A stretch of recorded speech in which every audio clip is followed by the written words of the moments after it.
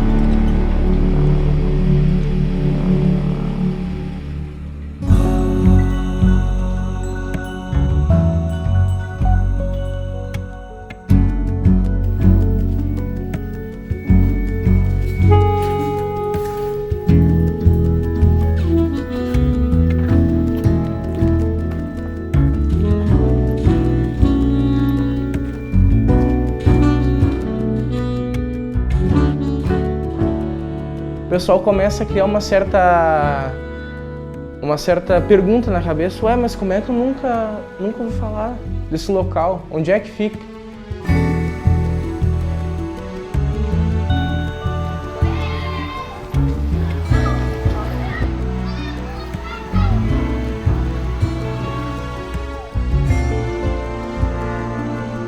Eu moro há 13 anos aqui na vila. Cheguei em 2011 aqui.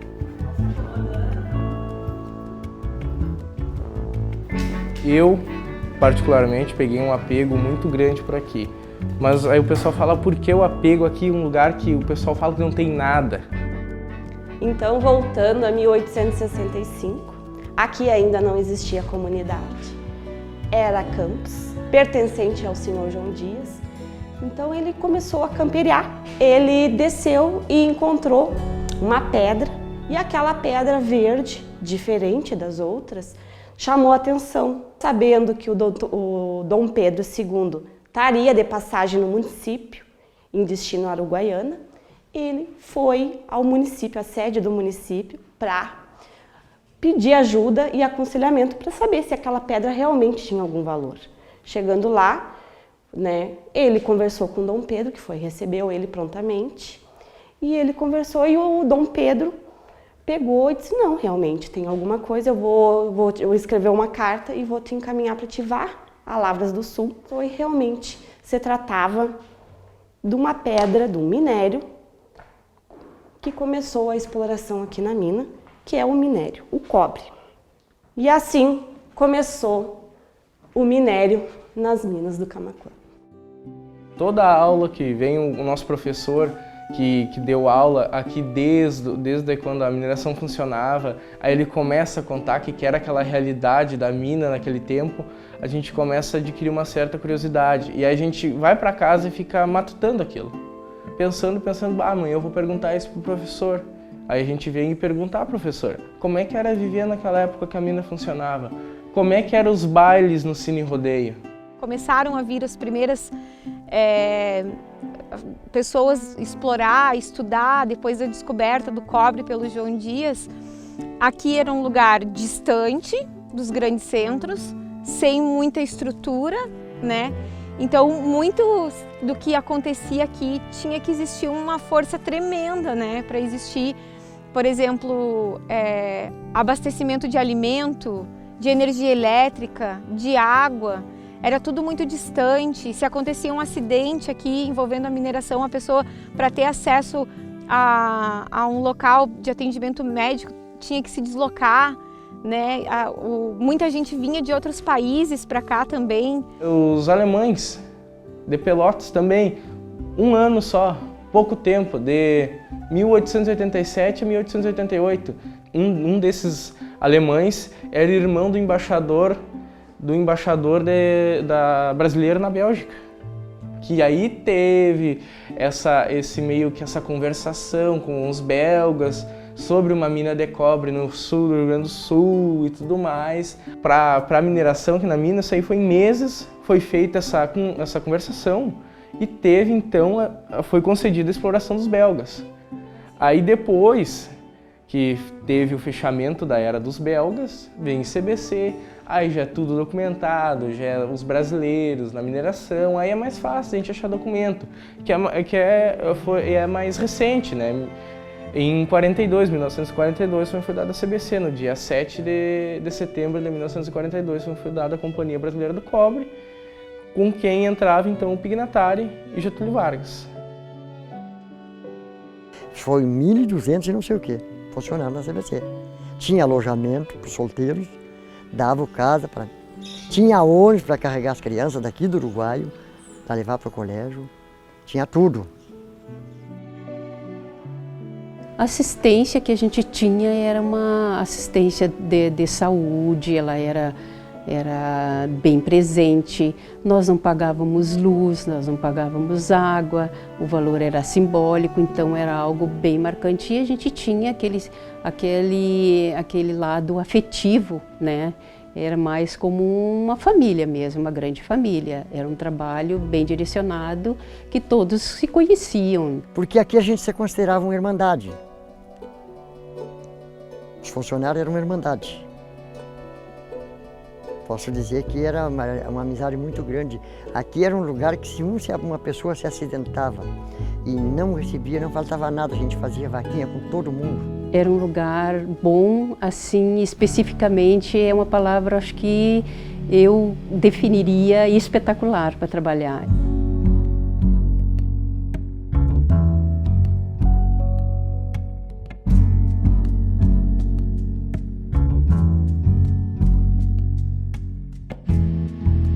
Aqui onde eu estou, eu trabalhava na mina e comprei isso aqui. Depois fiquei morando aqui nessa propriedade, trabalhando na mina. Eu vim para cá solteiro. E casei depois que saí a primeira vez. Já quando vim para cá para trabalhar no açougue, eu vim já casado. Porque gosto muito desse lugar. É um lugar muito sossegado, é muito bom de se trabalhar. E cada um vive para si, a gente não precisa estar guardando nada. É um céu aberto isso aqui. Eu entrei na mina em 67 no engenho. E saí em 71. Depois voltei para a mina em 83, saí em 89. Trabalhei de auxiliar de máquina, depois de operador de máquina de engenho. Depois voltei para a subterrânea, fui operador de perfuratriz, quase todo o tempo. E saí, sempre fiquei em roda da mina. Aqui onde eu estou, eu trabalhava na mina e comprei isso aqui. Depois fiquei morando aqui nessa propriedade, trabalhando na mina. Aí depois deu um acidente comigo, eu saí fora. Pedi as contas e fui embora. Mas fiquei aqui sempre.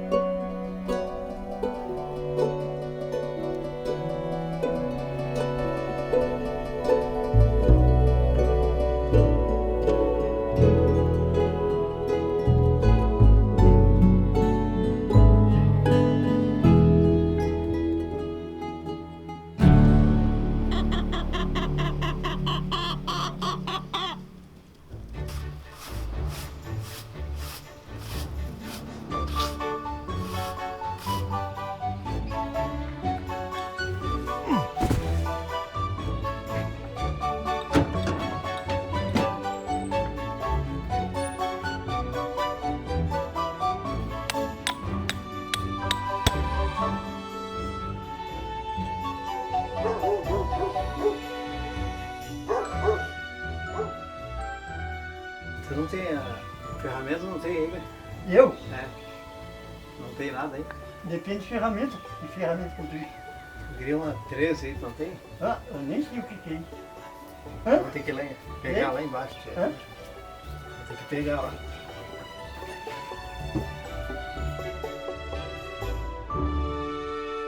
A época do Baby Pignatari, ele é muito lembrado assim como um grande líder, um grande empreendedor, porque ele sabia que tudo dependia, tudo girava em torno do empreendimento dele, então tudo era envolvido pela mineração e era feito de forma muito boa, ou seja, existia investimento aqui. E é muito paisão, mas hoje em dia eu entendo o que ele queria. Então todo esse amparo que o Pignatari dava era visando um trabalho mais sem reclamar. Minas do Camaquã é um mundo à parte, né? É outra linguagem, é outra vida. Porque não pelo distanciamento, mas acho que pela forma como a empresa mantinha, né, as famílias dos funcionários. Então nós tínhamos uma escola de primeiro mundo, tratamento médico também de primeiro mundo, né? É todo um assistencialismo. Na época que eu estava aqui, que foi o período áureo de população, entre funcionários e dependentes, então vamos dizer assim, 5 mil pessoas. Isso aqui era um murmurinho de gente, onde necessitava toda uma infraestrutura de casa, de saúde, recolhimento de lixo, água tratada, energia elétrica, manutenções, tudo isso era feito pela empresa.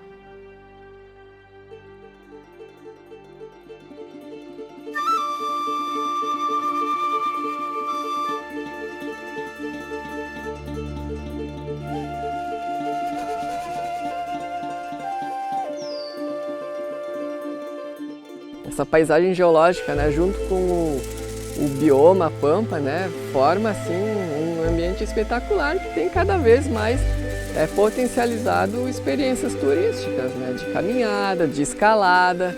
Aqui mesmo nós estamos subindo a Pedra da Cruz, que é um dos principais locais para a prática da escalada aqui da região.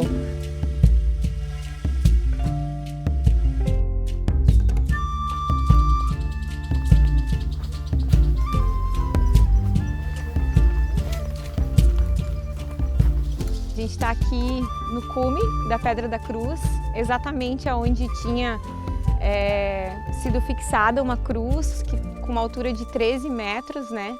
E essa cruz tem uma simbologia muito grande com a comunidade das Minas do Camaquã, porque na metade do século XX, no auge da mineração aqui, o Baby Pignatari era a pessoa responsável pela mineração aqui, por todo o empreendimento mineiro que existia.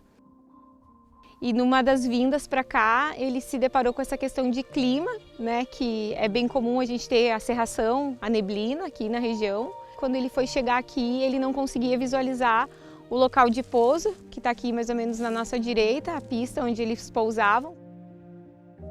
Segundo os relatos assim, das pessoas da época, de que ele tinha passado por um momento assim, de bastante medo e ficado apreensivo na hora de fazer esse pouso, e havia prometido de que caso esse pouso ocorresse com sucesso, ele iria construir uma cruz em cima da pedra para ser a referência. Então essa cruz ficou aqui, ela ficou até mais ou menos uns 8 anos atrás, e ela caiu daqui, foi arrancada durante uma ventania, uma chuva que teve, e caiu assim para a parte aqui que está na minha frente, né, para a lateral da Pedra da Cruz.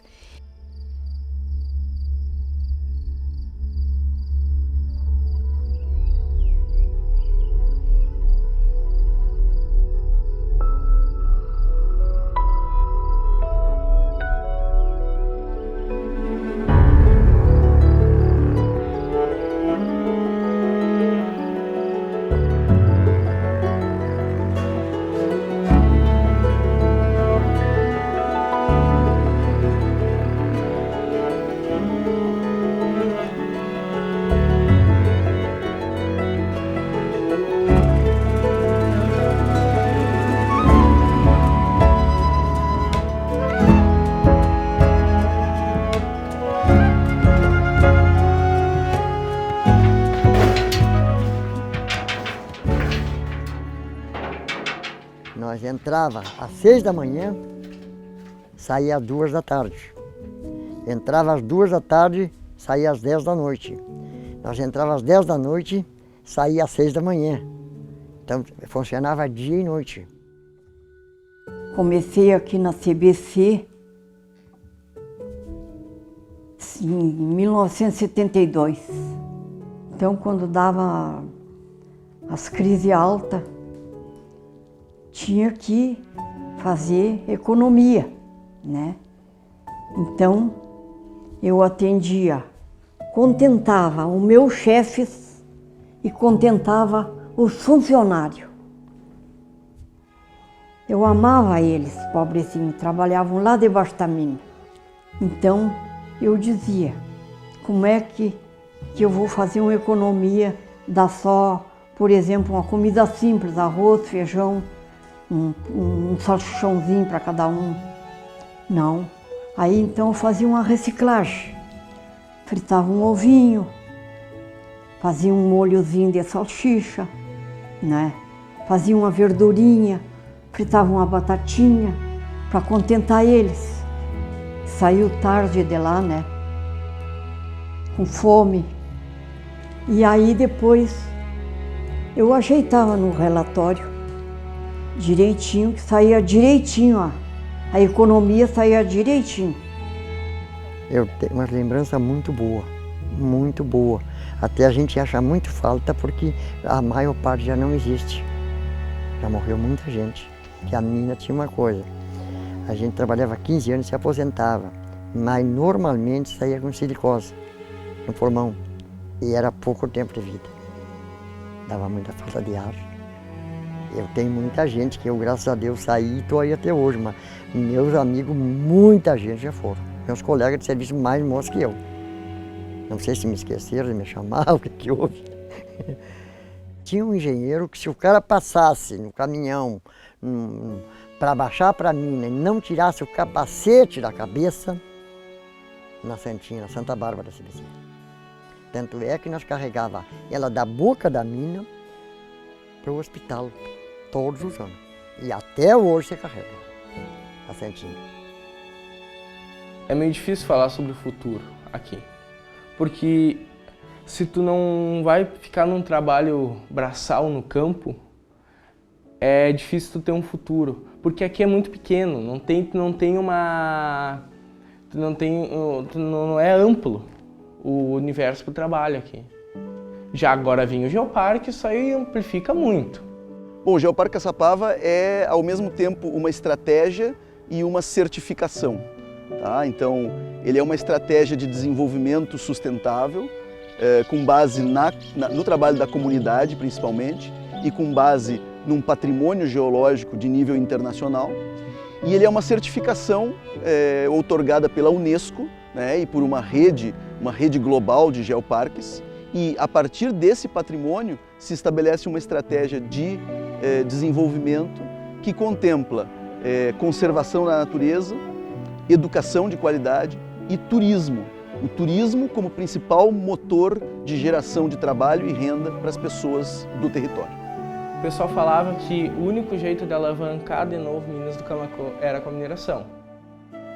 Mas eu acho que não, porque a cultura que você tem aqui, a geodiversidade, o próprio ambiente mineiro, aquela cidade mineira que ainda tem aquela identidade mineira, que tu chegar assim para qualquer pessoa que está cruzando a rua, como é que foi trabalhar aqui? Ela te dá uma aula como é que era trabalhar aqui.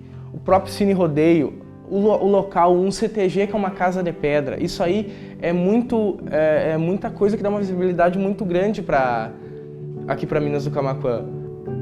Uma das esperanças que a gente tem no projeto do Geoparque, né, na estratégia Geoparque, é fazer com que esse desenvolvimento baseado no turismo, né, mas num turismo de base local, ele também desperte uma outra coisa que é a permanência das pessoas que estão nas Minas do Camaquã. Esse crescimento, esse desenvolvimento dessas atividades principalmente, podem fazer, e a gente tem essa esperança, que as pessoas, principalmente os jovens, tenham uma oportunidade em Minas do Camaquã. para que essas pessoas permaneçam, para que essas pessoas trabalhem ali, para que essas pessoas vençam na vida ali, em Minas do Camaquã.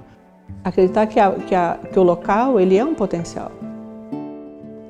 Além, como a gente fala, em função de uma energia que te prende, que te traz, vou dizer assim, todos aqueles que moraram aqui não é um saudosismo, por ser um ambiente, um lugar diferente, ele te puxa.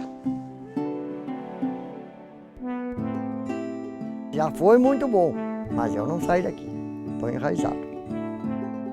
Tudo que a gente tem hoje faz parte, é a mineração presente, né? Então cabe a nós, comunidade e a todos, cultivar esse patrimônio que nós temos hoje em Minas do Camaquã.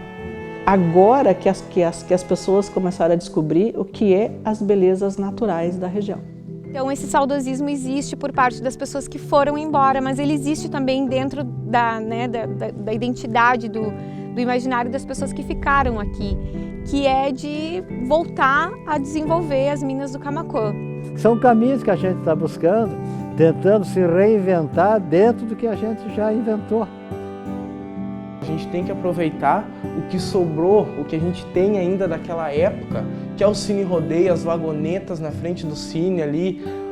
A gente tem que aproveitar esse universo que a gente tem aqui e começar a resgatar isso tudo e começar a trazer esse público para cá de novo e resgatar a Minas do Camaquã como era antes. A gente não vai conseguir ter aquele deslumbre que era antigamente da mina do Camaquã de 1975, o auge dela. A gente não vai conseguir. Mas a gente vai conseguir resgatar aquilo lá e trazer para aquela pessoa que está visitando Minas do Camaquã como é que ela era em 1975, no auge da mineração. Eu acho que a gente começa pela história, a gente conseguir primeiramente a história e aproveitar esse patrimônio, essa cultura, essa biodiversidade que a gente tem aqui em Minas do Camaquã.